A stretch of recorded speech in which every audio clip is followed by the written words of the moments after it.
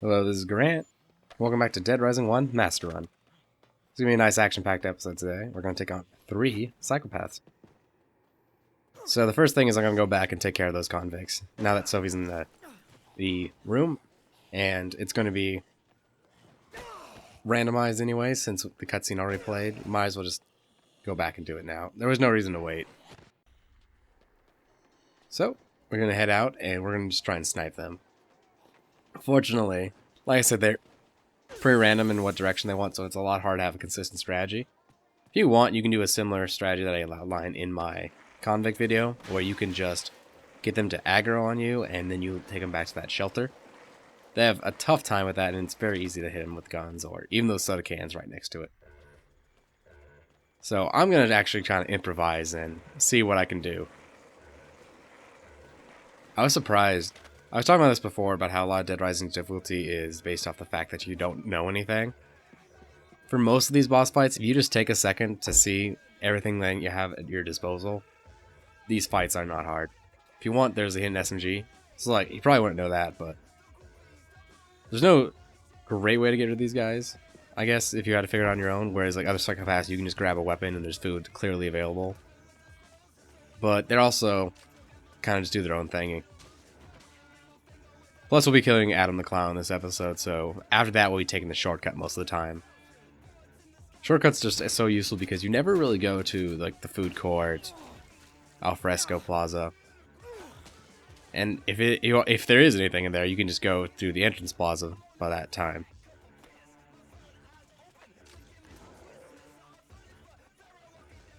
This coffee is delicious. I love coffee. I drink it all the time. I have to usually switch to tea though, because after 3 cups of coffee or so, I just get too agitated and dehydrated.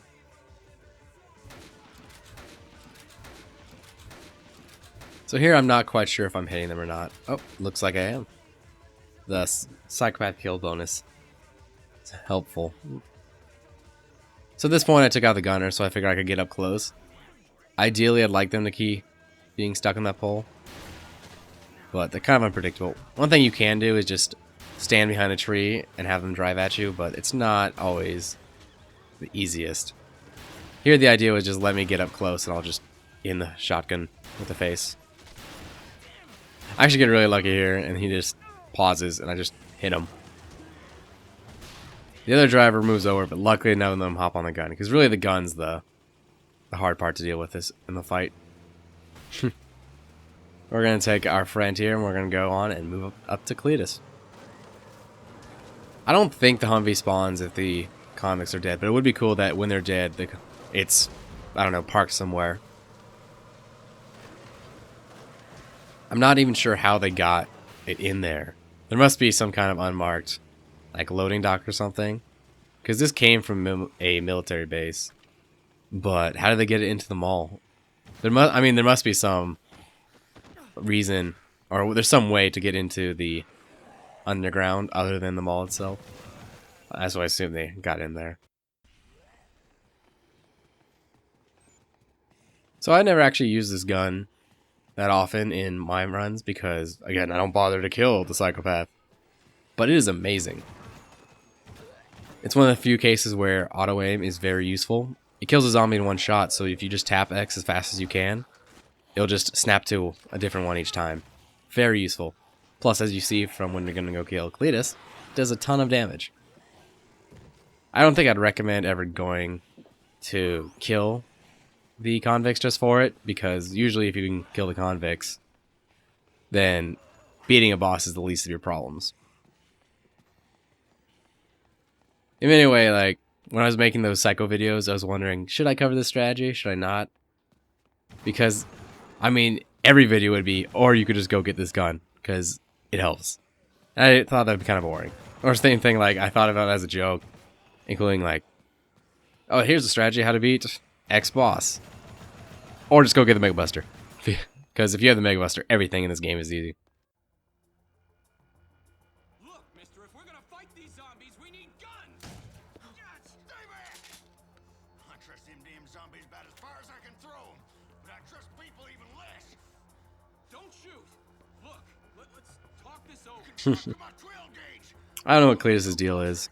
I'll blow y'all to kingdom come. or where he was for the first couple hours of the game, because we came here before and nowhere to be found. I assume he went out to get all that wine. God damn it, I warned you. In a situation like this, I can't afford to trust nobody. So yeah, Cletus is insane. Okay, I'm gonna try and wing this. At first, I think it's gonna be like the handgun where you can peek around a corner, but it doesn't seem to work out as well as I had hoped. So we're gonna have to improvise, which kind of sucks. Is that this is a heavy weapon, so if you take any hit at all, you'll drop it. I don't quite know what's going on there about why I'm not hitting. Especially in this, it seems like I'm pretty far. I'm thinking that maybe the bullets come out from somewhere else on the actual projectile. I had never done this before, so I've never seen Cletus do that little dive under the counter. It's weird how I've played all this time and you see like small little tidbits like that. There I was testing to see if I could just auto aim at him. Yeah. Kind of ruined it for myself by accidentally throwing that display. At this point I was debating, should I just finish it off with the hunting rifle? But I'm like, I'll use the gun. Sometimes he can clip you, like in the shoulder, around the displays. It's a really poorly done boss fight. He does a lot of damage. You kind of need to come here. So they should have put more time into it. There's no good way to do a melee approach to Cletus, because he throws you over the counter.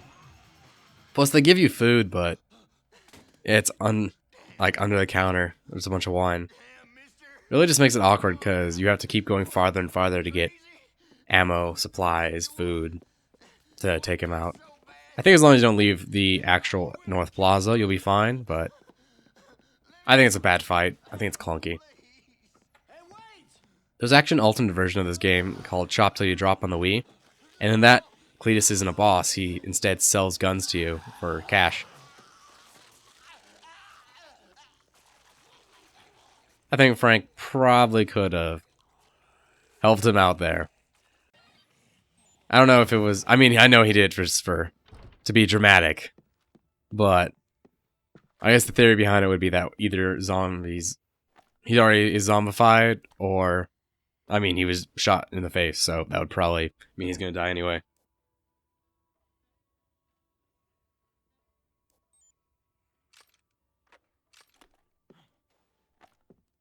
Okay. Basically, I'm just going to get some more supplies, and then we're going to go kill Adam the Clown. I hadn't thought it was worth it to bring the gun, since it was going to be more of a hassle than it's worth, and it was already low. So we're just going to head on out, and we're going to use a pretty standard strategy to beat Adam.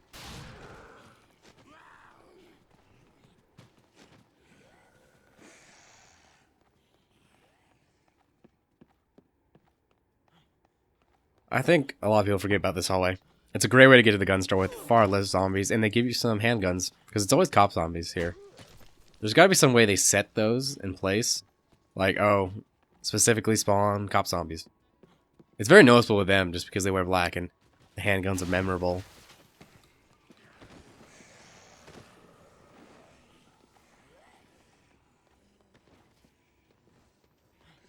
You know, in a way, like, Frank's all willing to like, just kill these people.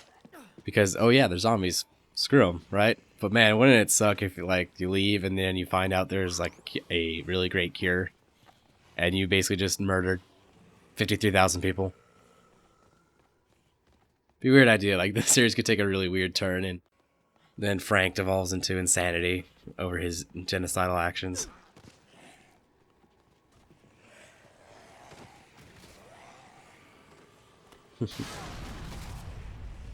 Even though I know it usually serves no purpose, I always want to shoot those. There's something just so satisfying about getting that explosion and a bunch of kills. I think they could have done more with explosives in this game. Really, the closest you get is the Molotovs. Those are annoying to get and aren't really that good. You have to get them from a survivor after you save him. And you have to bring him wine, which means it's going to take up a slot, and it's just really inefficient. I know in 2, one of my favorite weapons to use was you can get dynamite and tie it to a arrow, and fire it with a bow. It's just so convenient. Yeah, I don't think it was very damaging, but it was just useful to say, I need to clear out this area. Because even if you just knock the zombies down, it saves you a lot of trouble.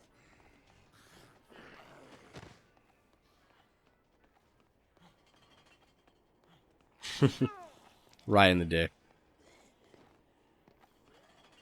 I don't think we got the call from yet, but you can actually give these guns to the Japanese tourists, and they will be pretty helpful in the fight, because Adam just seems to ignore them.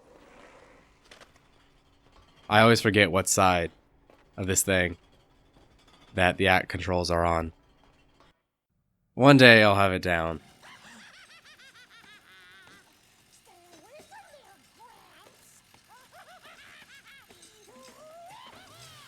I don't actually know what he's doing that's psychopath worthy.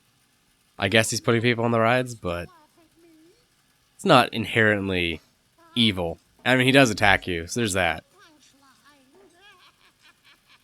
But I mean, I think it's basically just he's meant to appear crazy, so you assume he is. He doesn't really. Like, how did that blood get on these little dolls? Like, if I would have me guess, it might just be zombie blood, right?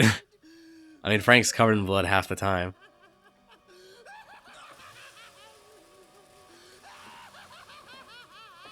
To be fair, Frank doesn't even know there's people on the ride. If this guy just wants to do this, he can do what he wants.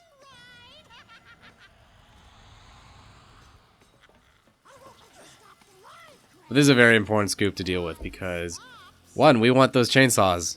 It's small enough that you can put it away in your inventory. They do a ton of damage. And you can get 3 books, which boost their durability 27 times what it was. Incredibly helpful. Also, there's a survivor on the ride that we want to save because he's going to give us a shortcut to Wonderland Plaza. I should say Wonderland to Paradise Plaza, which lets us... God, Adam is so crazy. Dead Rising still makes me laugh. I don't know how to describe it. It has like this kind of implicit humor where that's not funny by itself, but it's just so like silly on the context of these things. So basically I'm just going to wait for him to come up and then we're going to try and get him in a loop where he does the same attack over and over. We're looking for him to blow up a balloon and then we can just shoot it. Here I try, I'm like, oh hey, I can use more PP. I thought about also doing something like getting the PP shot of every psycho, because there's some cool ones. Unfortunately though, I think it would just be too much time waiting for them to finally do it.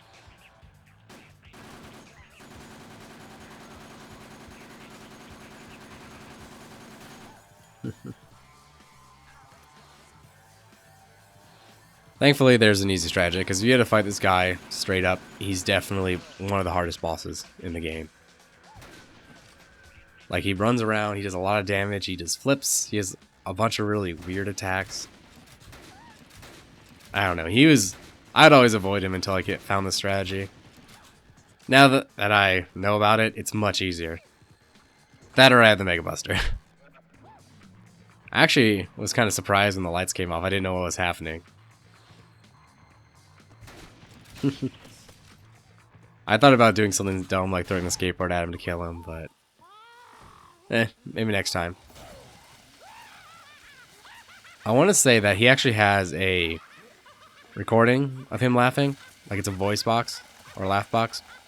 And that's why it keeps going after this and it kind of winds down. He is not actually laughing while there's 2 chainsaws in his lungs.